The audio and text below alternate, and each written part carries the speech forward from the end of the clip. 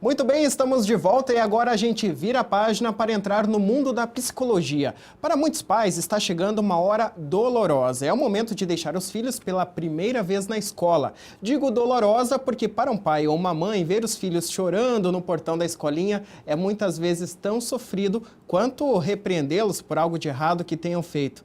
Para conversar comigo sobre este assunto e outros também sobre o comportamento humano, por exemplo, violência contra o adulto, eu recebo hoje aqui no estúdio o Mauro Muniz, que é psicólogo e também psicanalista, né, Mauro? Isso mesmo. Muito obrigado pela sua presença aqui com a gente. De nada.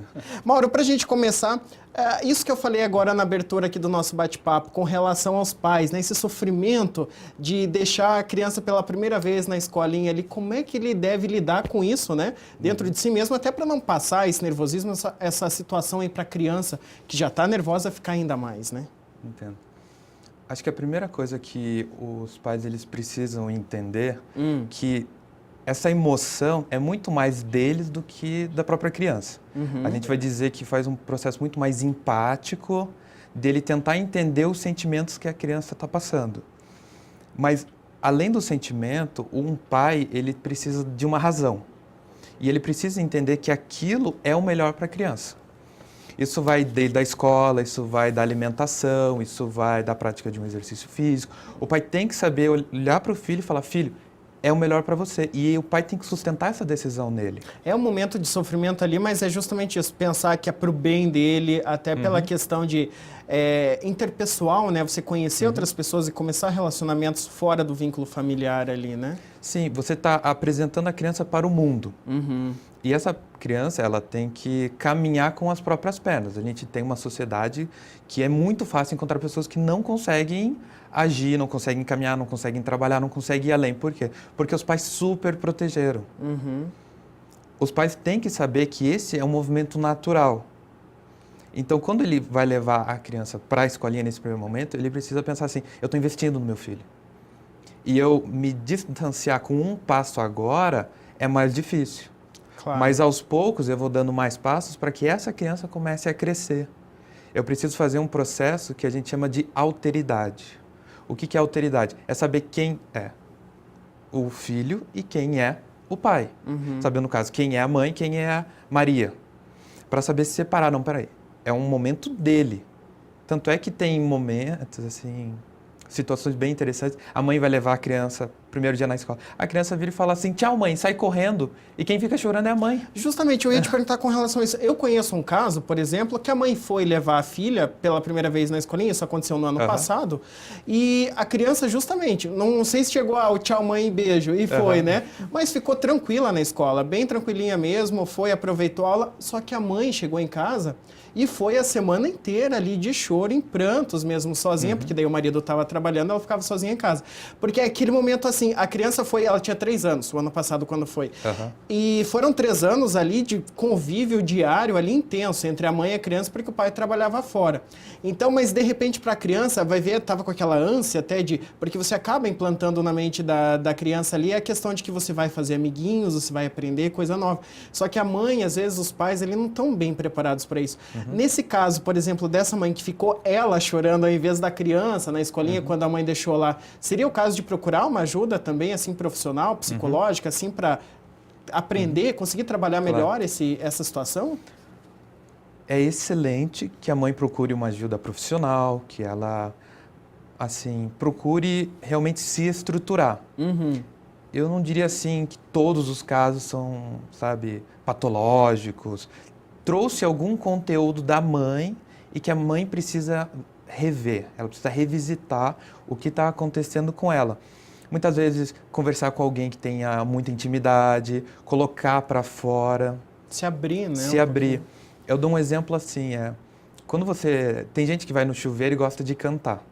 Quando ele está pensando na música, ele lembra da música perfeita, como se o cantor estivesse cantando na cabeça dele.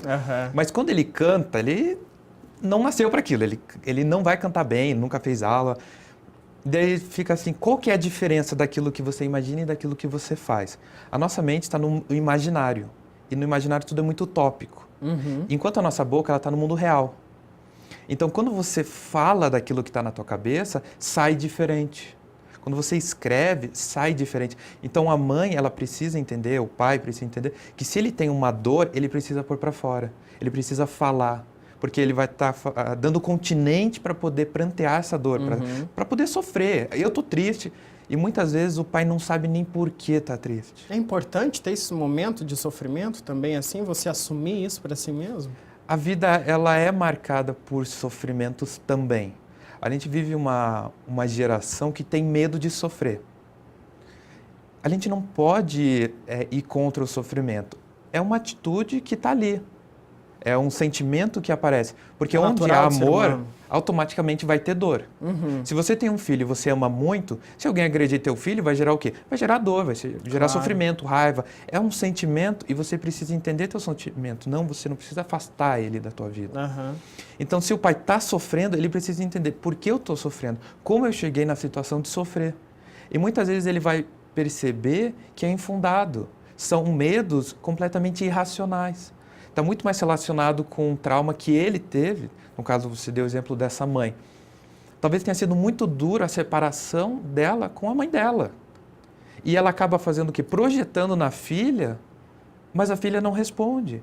E ela acaba se havendo com um conteúdo que é dela. Mauro, a gente falava dessa mãe, esse exemplo que eu dei dessa mãe, né, que sofreu horrores aí porque deixou a criança na escola, a filha dela. Ela dizia até pra gente, que era conhecido, os familiares ali, que o fato, esse sofrimento dela seria por conta que ela não acreditava que a filha iria sobreviver sozinha lá sem ela, com relação a se alimentar, até ir ao banheiro, assim. Essa é uma situação que você vê bastante, assim, no consultório? É muito comum. É mesmo? É muito comum. A gente vai chamar isso de fantasia. A mãe, ela começa a fantasiar com conteúdos dela. E ela faz um processo de empatia de se colocar no lugar da filha e começar a imaginar. E é incrível como a gente tem tendência a pensar no pior. Dificilmente o pai vai, não, a criança vai estar bem. Não, a fantasia geralmente, vai explodir, vai acontecer alguma coisa terrível. Porque a gente tem isso no nosso registro. Mas o conteúdo é da mãe. Muitas vezes, com meus pacientes, eles começam a falar, mas o meu filho... Eu falo assim, mas isso é tua ideia. Não é a tua filha. Você só vai descobrir se isso é verdade no momento que a tua filha voltar. Dá um exemplo para você. Eu estava atendendo, ano passado, uma criança de 5 anos que passou por abuso sexual. A mãe, ela ficou horrorizada, ela ficou extremamente mal, ela mudou o cotidiano inteiro da vida dela para poder estar perto desse filho. Ela largou um emprego muito bom, assumiu assim uma profissão que para ela era muito baixa, assim pela qualidade de trabalho que ela já teve, a qualificação, para poder estar perto dessa criança, porque achou que a criança estava destruída. E quando eu atendi a criança não estava destruída. Era fantasias da mãe. Entendi. E com o passar do tempo, quem ficou para o atendimento foi a mãe e não a criança, porque as sequelas que ela teve não foram tão graves. Mas quem estava maximizando muito do sofrimento da criança era a mãe. Porque a mãe ficava, você deve estar sofrendo, você deve estar sofrendo. E a criança começou a será que eu estou tão sofrendo assim? E a criança não tem repertório para saber tanto assim. O que o pai precisa entender é o que é realidade e o que é o imaginário dele. Fantasia. A fantasia. Ele precisa ver as coisas como elas estão sendo. Tem que falar com a diretora, com a professora, com o pedagogo, para entender se essa criança está realmente sofrendo. Não ficar em casa imaginando. A gente tem esse costume de começar a fantasiar com coisas que a gente não tem. O melhor caminho, o caminho mais fácil, é você ir conversar com o pedagoga. Como é que está minha filha? Ela está indo bem para o colégio? Não, ela está indo bem, sim. Nossa, é incrível. Tenho pacientes que passam exatamente por isso. E eu falo, converse com a pedagoga. Ela volta e fala, eu conversei com a pedagoga e a criança está bem. Está tudo certo. Está cheio de amiguinho, está super, sabe, super habitual.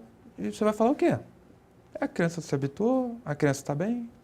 Mas a mãe com esse monte de fantasia. Então, assim, vamos para o mundo real, vamos caminhar para onde o pai tem que, sabe, se desprender. Tanto é que, para você ler um livro, você tem que ter uma certa distância. Quando você é muito colado, você não vai conseguir ler o livro. O pai é muito colado. Então, ele tem que fazer esse exercício de se afastar um pouco. E, muitas vezes, o melhor é conversar com um familiar, com alguém que está no meio, alguém que está perto da criança, para saber se de fato isso está acontecendo. Tá certo. Agora eu vou te pedir licença um minutinho só, Claro. e na volta a gente fala justamente sobre o assunto da violência contra os menores. A gente já volta.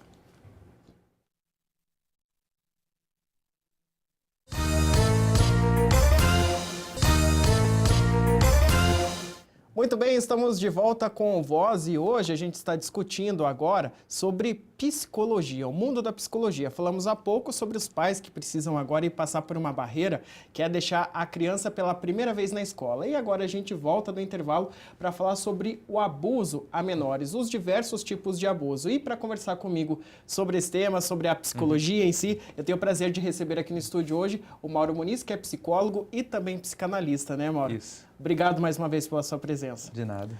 Mauro, como eu acabei de falar, então, a gente virou a página aqui um pouquinho, né? Vamos mudar de assunto um pouco, para falar sobre a violência, né? Existem vários tipos de violência, contra a criança, né? O que a gente pode citar, por exemplo? Violência física, violência mental, sexual e negligência. Esse a gente poderia dizer que são os 4 pilares da violência infantil. E o que dá para a gente dizer dessas todas aí que é a mais decorrente? A mais decorrente é a mental.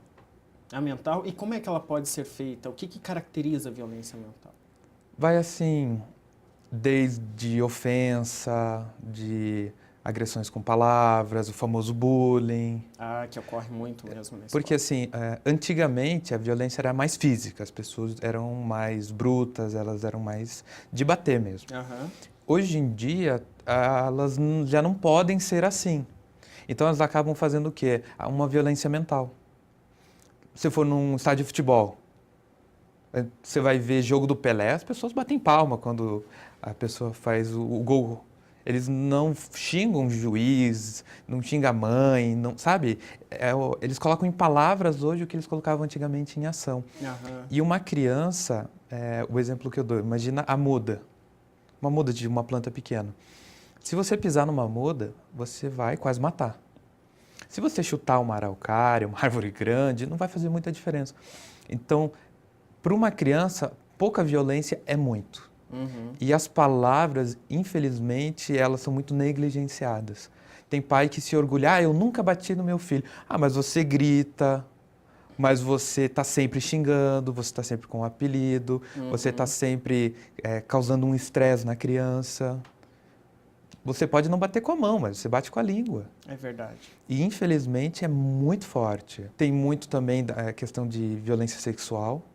Isso, era justamente nesse ponto que eu gostaria de falar com você. Além dessa violência que você estava falando, a psicológica, infelizmente, uma grande decorrente é a sexual. Vira e mexe, a gente vê caso aí na mídia, né, noticiando sobre isso. Infelizmente, a decorrência é muito alta. Hoje, as pesquisas acreditam por cima, assim, um número bem por cima, 1 a cada 4 mulheres e 1 a cada 6 homens passaram por algum tipo de violência sexual, um tipo de abuso. E ele vai desde você colocar uma criança pequena para ver um filme pornô, até O ato no caso, o ato, um estupro. E, infelizmente, é muito recorrente e de todas as violências, eu diria assim que a sexual ela consegue atingir muito fundo. Ela tem, sabe... É algo que ela a criança leva muito. para o resto da vida. Vai deixar marcas para o resto da vida. Todas as violências deixam, mas a sexual consegue deixar muito pesado. Porque o que diferencia o homem e uma mulher, basicamente, é o sexo. Sim. E o sexo ele é o grande formador de identidade. E, de repente, você está ferindo, sabe, a base... É a mesma coisa que você pegar um prédio e derrubar pela central. A chance dele cair é muito alta. Infelizmente, é uma área que as pessoas negligenciam e tem muito caso de abuso. Eu vou dizer assim que é bem recorrente, eu tendo muitos casos de abuso sexual. Que pena, infelizmente, né? Que pena. Mauro, eu quero te convidar para a gente assistir uma reportagem que trata justamente desse assunto aí, que são os abusos sexuais contra menores de idade. Pode rodar. No ano passado, o Hospital Pequeno Príncipe registrou 315 casos de suspeita de violência contra crianças e adolescentes. E mais de 70% desses atendimentos são de agressões sexuais. A maior parte dos abusos contra as crianças acontecem dentro de suas próprias casas, o que dificulta a percepção e a denúncia do problema. É muita criança sendo vitimada. A maior parte dela é a negligência, né? Situações em que a criança não está sendo devidamente protegida por quem era de responsabilidade ou questões relacionadas à saúde ou à própria educação. Mas temos também muitos casos ainda de violência física e também de violência sexual. É um tipo de violência ainda muito invisível. A gente sabe que 5.000 é um número que provavelmente está subnotificado. Ações serão realizadas durante todo o ano para lembrar a população que o problema existe e pode estar ao seu lado, com informações colocadas nos táxis que servirão de ferramenta de divulgação e a constante informação de profissionais da saúde e da educação no sentido de reconhecer possíveis casos de abuso. É importante estar sempre atento, porque esse tipo de violência está presente em todas as camadas sociais e é dever de qualquer adulto que faça ou não parte do convívio da criança protegê-la. Por mais que todos sejam unânimes em dizer que não apoiam, que repudiam, que não toleram a violência sexual contra crianças e adolescentes, os números de denúncia ainda são muito baixos. E nós precisamos sempre lembrar à sociedade que ela é parte da solução do problema e pode atuar também na prevenção. E isso não é só uma questão de poder público, não é só uma questão do judiciário, é uma questão de toda a sociedade. Nós temos que entender que nossas crianças não são só aquelas que estão dentro da nossa casa. Existem alterações no comportamento que podem ajudar a identificar o problema, como isolamento social, sexualidade exacerbada, queda no rendimento escolar, agressividade e instabilidade afetiva podem ser sinais de que a criança está sendo maltratada. E quando crianças agredidas não recebem tratamento adequado, seu desenvolvimento intelectual, emocional e físico são afetados, e a criança pode até vir a falecer em função dos maus tratos. A violência contra a criança, a violência sexual, que na maior parte dos casos está ligado a um membro da família ou a uma pessoa próxima à família, ela rompe um vínculo de confiança com a criança. Então, quem a criança confiava, quem a criança é destinada a confiar, que é o pai, a mãe, uma pessoa próxima, ela perde essa possibilidade. Então, ela começa a desconfiar das outras relações. Então, uma mudança brusca no comportamento pode indicar uma quebra nesse vínculo de confiança, nesse vínculo de relações e suporte social da criança. A maior arma para reduzir o número de casos de violência contra a criança é a denúncia. Não fique em silêncio. Se você suspeita que alguma criança próxima esteja sofrendo qualquer tipo de agressão, denuncie. As ligações podem ser feitas de forma anônima para o Disque Denúncia Nacional, que é o número 100, para o Disque Denúncia Estadual, que é 181, e para a Prefeitura de Curitiba pelo 156. Mauro, a gente viu ali, pela reportagem também, as atrocidades que pode causar na vida de uma pessoa. Agora, é interessante a gente analisar também, você pode dar esse depoimento para a gente com relação ao perfil das crianças que esses abusadores procuram, né? Não é toda e qualquer criança, né, que eles acabam cometendo essa violência. Eu diria o seguinte, toda criança, ela é um alvo potencial. Porém, as pesquisas mostram que os abusadores, eles preferem crianças mais quietas, mais caladas, mais reprimidas. Justamente para não contar. Exatamente. Ele vai procurar uma vítima que vai manter o segredo. Muitos abusadores, eles utilizam uma imagem de um amigo especial. E esse amigo especial vai conduzir coisas especiais para a criança, mas que vira um segredo. Então, ele não vai procurar uma criança que vive se expondo, que está sempre conversando com os pais. Ele vai procurar a pessoa mais tímida e mais calada. Não significa que a criança que vive se expondo, ela deixa de ser alvo. Mas o que os pais eles têm que desenvolver é um canal de comunicação muito aberto. Essa criança que eu citei há pouco tempo, de 5 anos, passou por um abuso sexual, quando ele passou, ele conversou com a mãe. Mãe, aconteceu isso. A mãe ficou horrorizada, porque a gente de fato sempre vai ficar horrorizado com um tema como esse. Tirou a criança do meio que estava, no caso não era familiar, e começou a cuidar dessa criança. Ela entendeu o que a criança estava passando. Muita gente que ouviu falou, não, é imaginação. Isso é um outro detalhe muito importante. Uma criança de 5 anos não tem conteúdo para imaginar um abuso. Tem que vir de fora. Uma criança de 12, 15, você até consegue entender ela imaginar sobre isso. Mas uma criança muito pequena não tem repertório. Então, os pais têm que criar um canal de comunicação muito claro. E se o filho está falando isso, confia no filho, sabe? Vá descobrir se é verdade. E os abusadores, infelizmente, eles veem o quê? Famílias que têm uma desestrutura de comunicação. Ele vê que aquela criança se torna um alvo fácil, sabe? Se você vai ver aqueles programas assim que mostra a vida animal, o leão não vai pular no meio do grupo, ele vai ver ali quem está mais isolado. Mais disperso ali. Exatamente. O abusador, ele é muito inteligente, porque ele sabe que se ele for pego, a realidade que ele vai encarar é horrível. Lógico. Tanto é que há muitos relatos de abusadores e de pedófilos que foram mortos dentro da prisão. Sim, são presos, né? As pessoas já sabem o motivo, os presos já sabem o motivo pelo qual esse novo preso detento lá chegou. Sim. E cada um sabe. A gente sabe lá as penas que eles passam lá que vão Exatamente. além da prisão, né? Então, assim, a criança é muito abusada? Infelizmente é. É mais menina? Não necessariamente. As pesquisas vão apontar que as mulheres passam por mais. Porém, a gente tem que saber que os meninos não costumam falar. A verdade é, o abuso é uma coisa tão forte que a criança costuma guardar. Ela não tem esse costume de falar, ainda mais quando envolve a sua sexualidade. E para um menino falar de um abuso sexual é muito forte. Então, assim, a gente acredita que está de igual para igual. E os abusadores em si, eles geralmente são ou sempre são homens ou existem abusadores mulheres também? Existe. Porque a gente ouve muito falar sempre mais o sexo masculino, né? Existe, assim, as pesquisas mostram que tem mais homens do que mulheres, mas tem muitas mulheres que fazem isso. A gente precisa entender que a pessoa sofre de um problema psicopatológico, a pessoa tem um transtorno e, assim, não é só porque é homem. Tem muita gente que tem aquela fantasia assim, ele é afrodescendente. Não, hoje, se for ver artigo científico, fala que é predominância de homens caucasianos, famosos brancos. Mas o que a pesquisa quer mostrar é que não é raça, é algo que há na pessoa. Não é a família que abusa, é alguém que abusa. Então, assim, tem mulheres que abusam? Sim, já vi casos muito ruins, prefiro nem contar, né, porque não cabe a gente estar falando disso, mas existe muito casos das mulheres mesmo abusando, tanto meninos quanto meninas. Quanto meninas também. Tá certo. Mauro, eu vou te pedir licença mais uma vez, Claro. A gente vai fazer um outro intervalo comercial, mas é rapidinho, a gente já volta conversando um pouco mais sobre abuso sexual em crianças e também o sofrimento humano.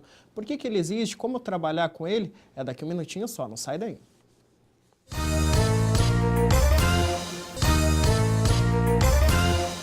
Muito bem, estamos de volta com o Voz e hoje estamos conversando sobre o mundo da psicologia e problemas relacionados a crianças, aos adultos. Conversando comigo sobre esses temas, aqui eu tenho o prazer de receber aqui no estúdio hoje o Mauro Muniz, que é psicólogo e também psicanalista, né, Mauro? Isso. Obrigado mais uma vez. De nada. Aqui pela presença. Mauro, a gente, antes de entrar no intervalo comercial, falávamos aí sobre o abuso sexual a crianças, né? Como é que os pais podem ficar atentos aí, que características as crianças, né, podem passar para que, de repente, se perceba que algo de errado está acontecendo? Você se refere no âmbito sexual? Isso, no âmbito sexual. Assim, quando a criança ela é muito pequena, ela não tem o conteúdo sexual. Então, se a criança começar a ter alguns costumes sexuais, alguma coisa que chame a atenção, o pai é bom ir conversar.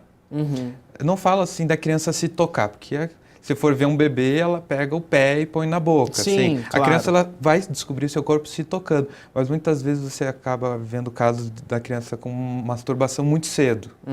Isso pode ser um indício. Ela fala muito sobre sexo, ela começar a passar a mão nas outras pessoas, ela dá muita atenção à roupa íntima. Mas o que eu quero que as pessoas entendam é que a gente não pode focar no sintoma. O que é um sintoma? Quando a boca não fala, o corpo acha uma maneira de se comunicar. E o pai precisa saber perceber o sintoma. Opa, peraí, tem um indício. E o pai tem que criar esse canal de comunicação para poder chegar perto do filho. E começar a poder realmente conversar. Filho, aconteceu alguma coisa? Conta com o pai, conta com a mãe. E nesse momento a criança pode acabar revelando se ocorreu ou não. O pai tem que investir num relacionamento saudável, ele tem que ter intimidade, ele tem que estar perto. Assim, chegou em casa, vai pro chão, brinca com a criança, O que a criança quer é amor, ela quer felicidade, ela quer estar bem. E se o pai cria um canal de comunicação pela felicidade, pela brincadeira, pelo amor, essa criança ela vai conversar. Os maiores problemas é quando o pai terceiriza. O que o pai faz? Vários pais fazem isso e é muito triste. O pai chega com a criança e fala assim, ó, meu filho tem déficit de atenção, tá aqui ele, cuida, daqui uma hora eu venho buscar.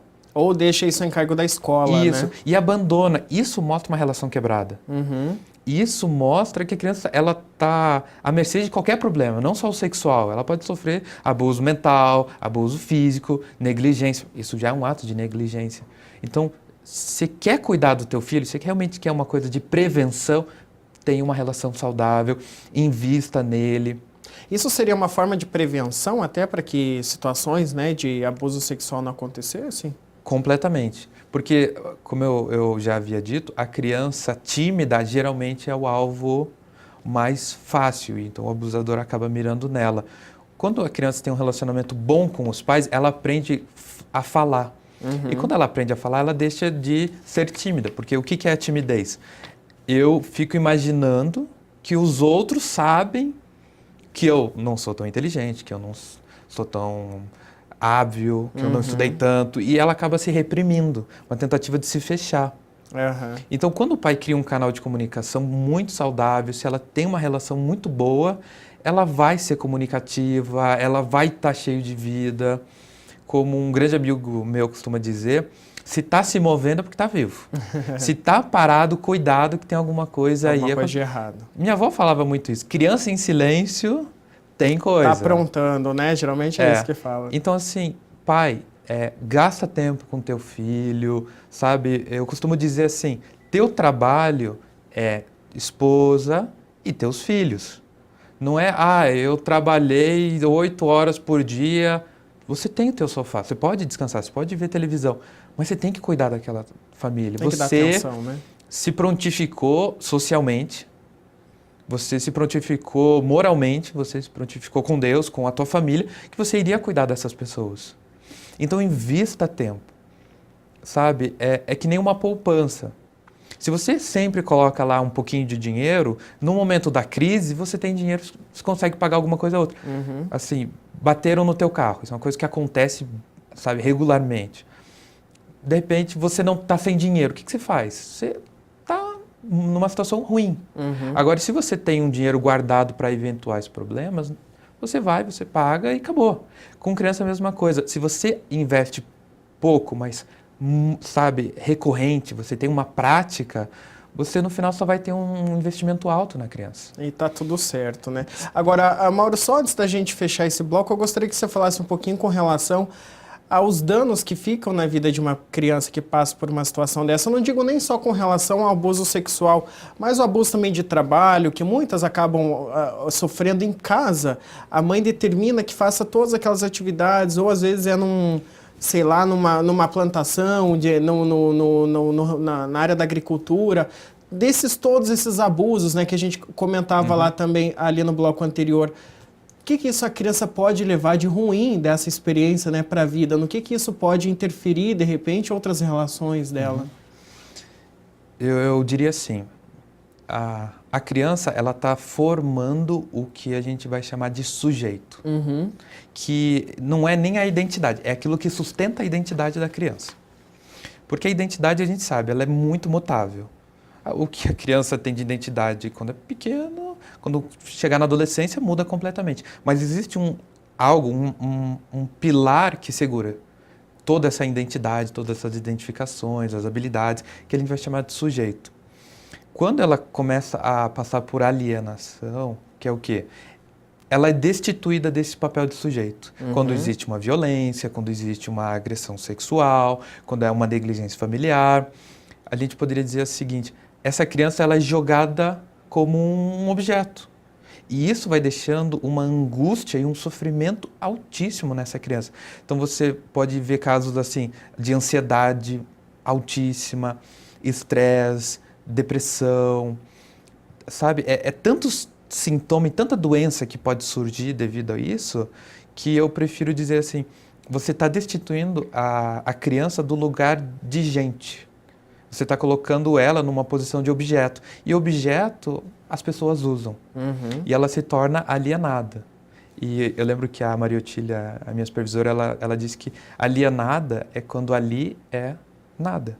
Não tem nada ali, você não tem conteúdo. Então qualquer pessoa que passar vai usar, vai abusar, vai brincar, porque é um objeto. Então assim, pais, invistam nos seus filhos, mas invistam na personalidade, invistam nele. É por isso que é tão importante quando o pai chega na escola, deixar o filho sair e ir para a aula. Porque você está fazendo o quê? Você está investindo no sujeito. Porque quem? É o Pedrinho que está indo para a escola, não é a extensão do pai. O pai tem que colocar ele numa posição do quê? De um sujeito. Filho, você tem que se responsabilizar pelas suas escolhas. Filho, você tem que falar. Filho, você tem que agir.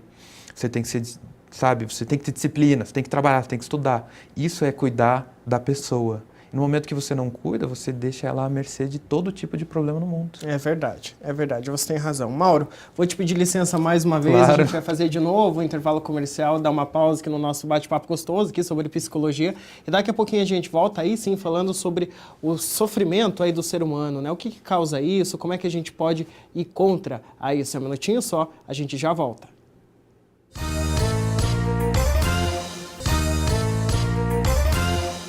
Olá, estamos de volta com o Voz e nesse bloco aqui a gente está conversando sobre psicologia, né, os problemas na infância e também nos adultos com relação a esse tema. E conversando comigo aqui no estúdio, eu tenho o prazer de receber hoje o Mauro Muniz, que é psicólogo e também psicanalista e tem um know-how bastante grande para falar sobre esses assuntos, né, Mauro? Obrigado mais uma vez pela presença. Nada.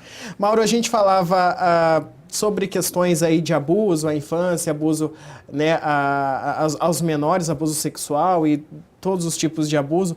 E eu chamei também, antes da gente entrar no intervalo comercial, o tema do sofrimento nos humanos, o sofrimento em geral, né? E isso é uma coisa bastante abrangente. Esse sofrimento pode vir de tantas vertentes, né? Por exemplo, um emprego que você foi demitido do emprego, um relacionamento que não vai bem. No teu consultório, por exemplo, né? Vamos diminuir um pouco esse universo aqui. Quais são os problemas assim mais recorrentes que você recebe lá com relação a isso, esse sofrimento que leva as pessoas até lá? Depressão, tem muito caso de depressão, pessoas tímidas, pessoas que sofreram algum tipo de violência dentro de um relacionamento, tanto a questão da Maria da Penha, ou mesmo de uma violência assim mental. Verbal. Isso, verbal. Mas eu diria assim que o ser humano em si não lida bem com o sofrimento. Então, diria que todo mundo que está na terapia tem algum sofrimento. É muito raro ver um paciente que não está sofrendo. Lembro de uma paciente que veio e não, queria me conhecer mais. É muito raro esse tipo de paciente. É papo. Até estranho, assim. Eu até fiquei pensando assim, tem alguma coisa. E o sofrimento, ele sempre vai te colocar numa posição. Ele vai te convidar a parar, a economizar energia, sabe? Você vai se inibir. A gente aprende isso de pequeno. Se você fez algo de errado, a tendência é você se fechar. Quanto à questão do abuso, é bem recorrente isso. As pessoas, elas acabam entrando numa autopiedade, elas acabam acolhendo o sofrimento quase como a identidade delas, sabe? Quando a pessoa está... eu fui abusado sexualmente. Não, você viram escravos daquilo, exato, né? Não é tua identidade.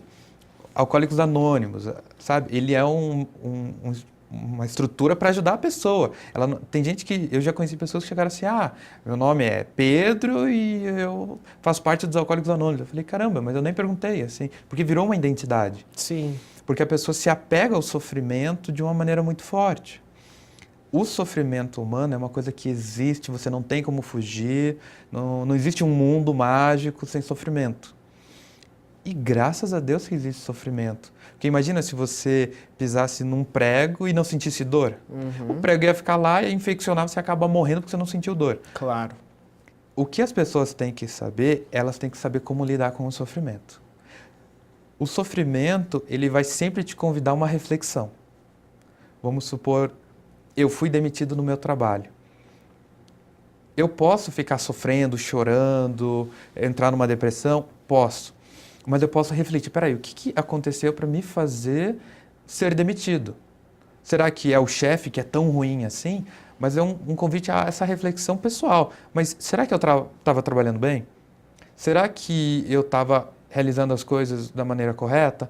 Eu conheço gente que foi demitida e estava com muita raiva, estava no consultório, e eu perguntei, mas você fez alguma coisa? Ele, eu costumava chegar atrasado. Você trabalhava bem? Às vezes eu errava. Falei, tá aí a resposta. Tem que nem uma paciente de 18 anos que vivia brigando com o pai. E eu perguntei assim, você não faz nada para ele brigar com você? Ela, não, eu não faço nada. Falei, então quer dizer que teu pai briga com você de graça. Então ela parou e começou a pensar, não, peraí, eu faço alguma coisa. E de repente ela começou a ver que a maneira dela falar e a maneira dela se portar nos estudos deixava aquele pai angustiado. Então, o sofrimento pode levar a coisas terríveis, como suicídio, mas também pode levar a coisas maravilhosas. Tem uma americana que sofreu abuso sexual, assim, foi bem grave o caso dela.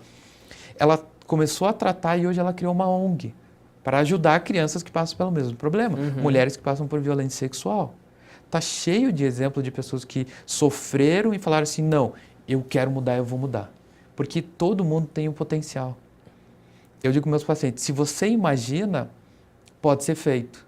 E teve um paciente que brincou comigo assim, então quer dizer que eu posso voar? Daí eu falei, Santos Dumont pensou a mesma coisa. E ele fez o avião. E ele fez. E a gente pode viajar para um continente ao outro rápido, por quê? Porque um cara um dia imaginou que poderia voar. Ele não ficou com sofrimento, ele encarou a vida. Eu dou um exemplo assim, é como a pessoa fica rica. Amigo, eu não conheço ninguém que ficou rico economizando. Eu conheço pessoas que conseguiram se preservar no momento de grande sofrimento, como batida de carro, uma doença na família, mas eu não conheço ninguém que ficou milionário economizando. Mas eu conheço pessoas que ficaram milionárias trabalhando muito, encarando a vida, abrindo mão. Se arriscando, né? E se arriscando. A pessoa tem que encarar a vida. E é interessante como a gente pode amarrar todo o programa com isso. Pai, arrisca e permita seu filho viver. Sabe? Se você passou por um abuso sexual, encare o sofrimento e busque uma ajuda. Busque alguém que você possa falar. De repente, o teu pai e tua mãe não vão conseguir ouvir. Tem pais que negam. Não, isso não aconteceu. Procura um amigo, procura um profissional. Mas coloca isso para fora. Encara o teu sofrimento. O momento que você não encara teu sofrimento, você está matando você mesmo. E o convite que eu faço para as pessoas é tudo pode se reverter em algo maravilhoso. Cabe a postura que a gente vai não apenas encarar, mas a energia que isso pode nos conceder. Um tio meu, ele costumava dizer que até um pé na bunda leva a gente para frente. E é exatamente isso. Reflita, de repente o relacionamento que você estava não era bom. De repente a mulher que você estava se relacionando era extremamente possessiva e ciumenta. E você olha e fala assim, peraí, eu não quero uma mulher assim para minha vida. Talvez você, mulher, tenha uma pessoa que é violenta, que chegou a bater em você, sabe? Reflita, peraí, eu estou sofrendo por quê? É ele, e que isso possa fazer as pessoas crescerem. E todo mundo do consultório que eu atendo, a gente sempre leva para o mesmo ponto, responsabilidade. Você é responsável pela sua posição nesse mundo, seja do coitadinho ou seja do vencedor. A única coisa que muda é a atitude, é a disciplina e é o treino. Tá certo. Mauro, bom, a gente falou aqui sobre esses sofrimentos todos de crianças, adultos, mas tem um trabalho muito bacana que eu quero enaltecer agora aqui que você faz também, que é com relação ao atendimento. Ele confessou para a gente aqui no intervalo, e eu gostaria de enaltecer isso, é que mesmo aqueles que não podem pagar pelos seus serviços, que muitas vezes realmente não tem condições de pagar por uma consulta e tal, você tem um trabalho que você faz na igreja e que atende também essas pessoas, e até mesmo no seu consultório, né? Pessoas assim que, quando você sente mesmo, e é comprovado ali que de fato não podem pagar, mas você sabe que precisam de ajuda, você está lá ajudando essas pessoas. Lá na igreja, como é que funciona esse teu trabalho? Na primeira igreja batista de Curitiba, ela fica ali na Bento Viana, é bem fácil de achar, ela é uma igreja gigantesca, né? Ela fica no 1.200, se não me engano, o número. todo dia a gente tem o que a gente chama de plantão pastoral. As pessoas elas ficam lá atendendo a pessoa que aparecer, desde uma ajuda para o espiritual ou para o psicológico. A gente faz um acolhimento, a gente vai estar fazendo o que a gente chama de contingência, recebendo, colocando a pessoa no lugar dela, entendendo o sofrimento e, se necessário, faz o encaminhamento. Aham. E é uma política que eu coloquei para a minha vida, uma questão ética, uma questão que eu mesmo coloquei com Deus. Eu sempre vou atender paciente que está disposto a trabalhar. E eu nunca vou deixar de atender um paciente porque ele não consegue pagar o valor que eu estou pedindo. Claro, a gente sempre vai preferir a pessoa pagando quanto a gente quer, é o meu trabalho. Claro. Mas assim, se a pessoa realmente está disposta e ela não está de má intenção, eu vou estar atendendo. Sabe, eu não vou querer atender um paciente que pague R$15 a sessão e venha me falar que viajou para Fernando Noronha. Tipo... Sacanagem, né? Daí também não dá. Daí não tem como. É o abuso da boa vontade. Mas né? assim, eu conheço pessoas que ganham menos que um salário mínimo e estão precisando. E eu me coloco à disposição. Se eu não puder, eu conheço pessoas que também fazem isso e vão estar auxiliando. O que as pessoas precisam é de ajuda e tem quem ajude. Então, assim, levanta, procura, vai na igreja, sabe? Me procura mesmo, sabe? A gente pode estar conversando, porque o mais importante é a vida. É como a pessoa vai encarar. Então, se ela está disposta a trabalhar, se ela realmente quer ir além, a gente vai estar ajudando ela. Tá certo. Mauro, olha, muito obrigado pela sua presença, parabéns pela sua atitude, realmente é de gente assim que o nosso país precisa, o nosso mundo precisa aí cada vez mais. Obrigado mesmo pela presença, tá ok? De nada. Até uma próxima oportunidade, Claro. então, e a gente vai te convidar com certeza para falar sobre mais aí questões aí relacionadas a crianças, a adultos, então. E para você que está em casa, eu também agradeço muito pela sua audiência e a gente tem um próximo encontro no próximo Voz, hein? Não vai perder, fique com a gente. Até lá!